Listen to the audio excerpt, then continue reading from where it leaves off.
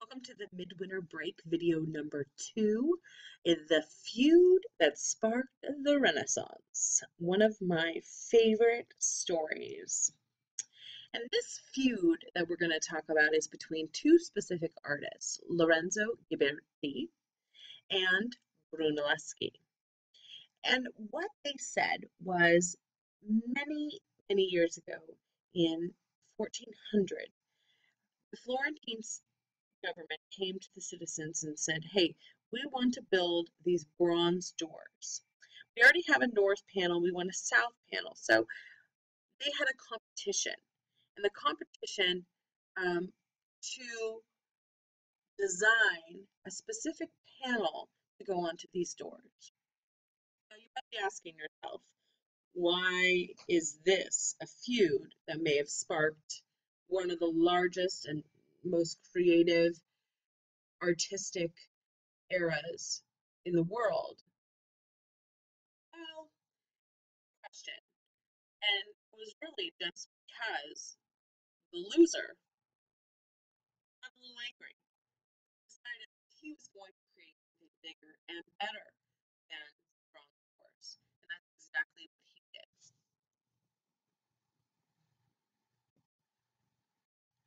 So the powers that be, again in Florence, wanted to install, like I said, a new set of impressive gilded bronze doors on the north end of the baptistry.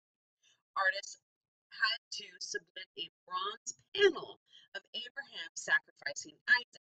And we all know the story of Abraham um, sacrificing his son Isaac and the angel swooping in and stopping him before he actually does sacrifice his son.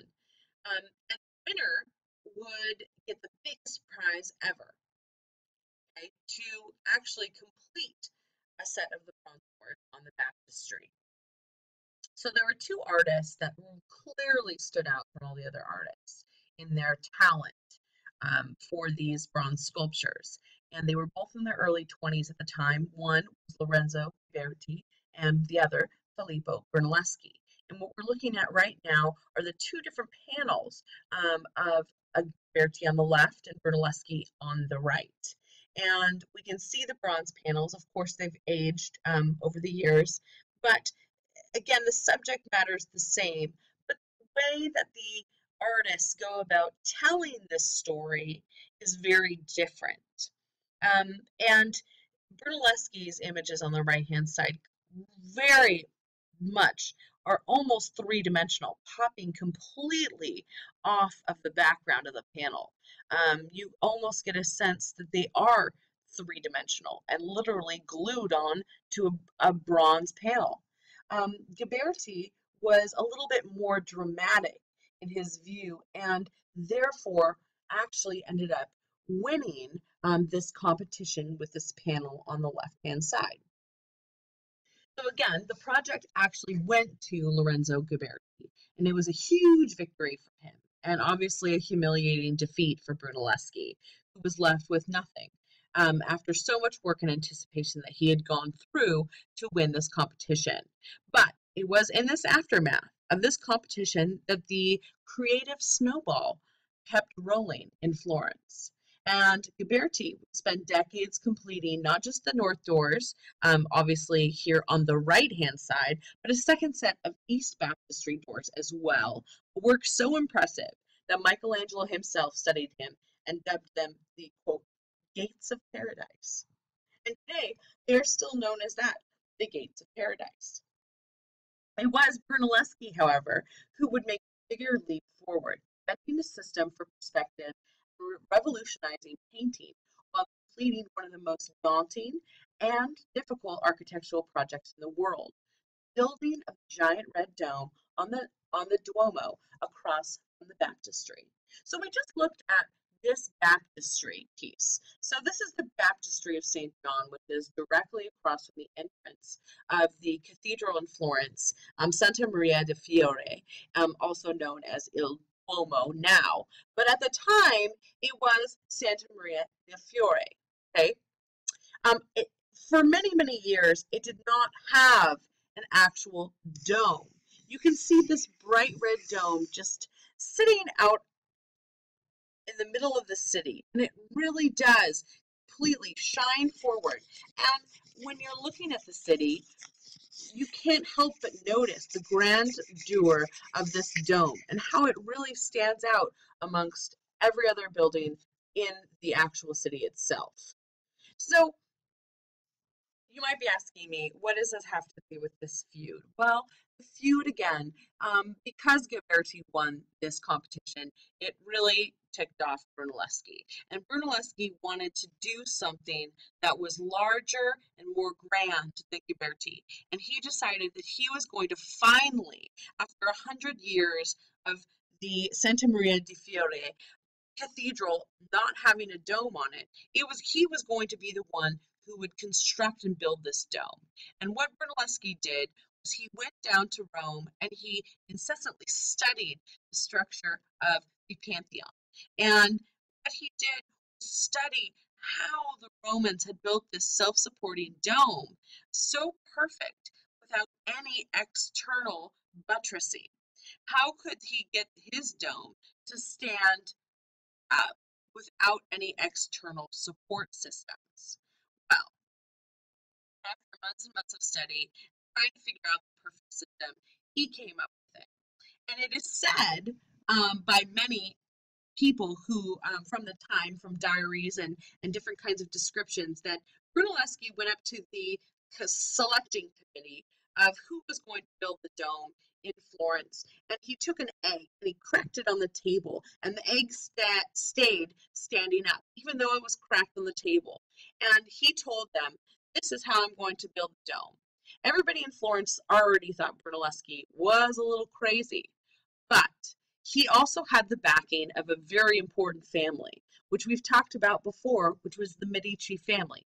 And Cosimo de' Medici was a great supporter of Brunelleschi and supported his feat to put this dome up on top of Santa Maria di Fiore.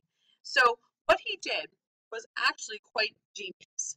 If you think about an egg sitting on a tabletop, this egg has a yolk in it, and this yolk is surrounded by its shell. Because it was smashed on the table, the actual yolk and the shell created a barrier circle that kept the egg sitting upright on the tabletop. That was basically the same type of theory that Brunelleschi was going to use for his dome. He was going to create a self-supported dome in the middle of the city that was using two different layers of dome. An internal layer, which you can see here on the upper right, and an external layer. And these two layers were going to help to support each other.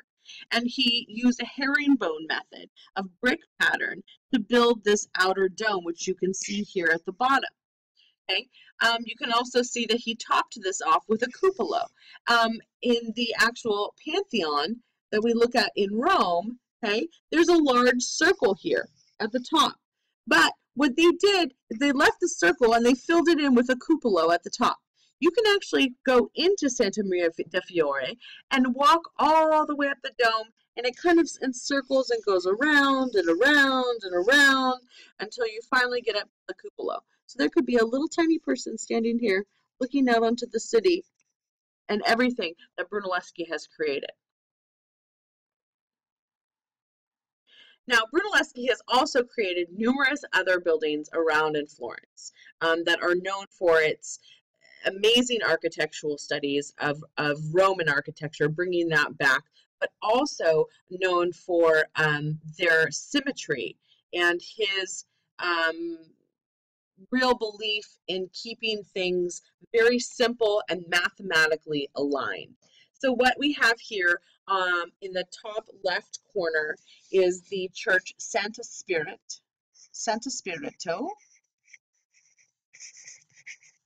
So this is Santa Spirito.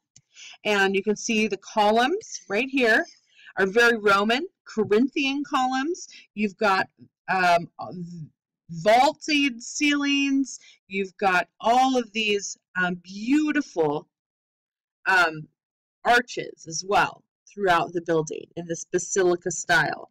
Over here on the right, that's circled, we have the Hospital degli Innocenti, and it was a children's hospital. And Brunelleschi has the same style of having this gray and white. So this gray and white colors throughout, including his Corinthian columns and his arches. On the bottom left-hand side, we have this piece that we already looked at before, which is the Pazzi Chapel in the inside. So this is the Pazzi Chapel. And again, we've already looked at that piece in AP Art History.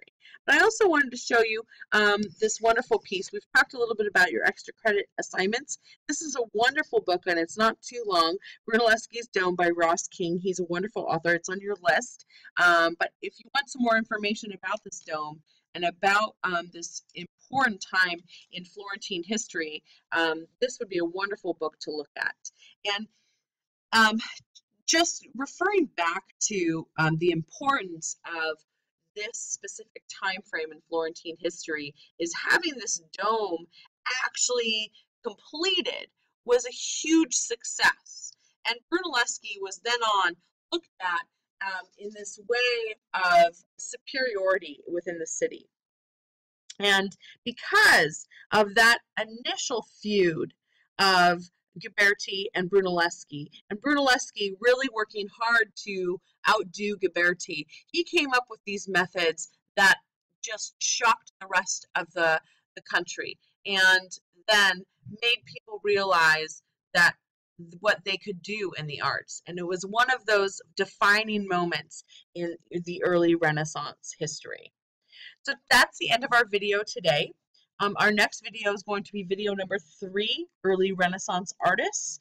And take a look at that one, and we'll see you next time. Thank you.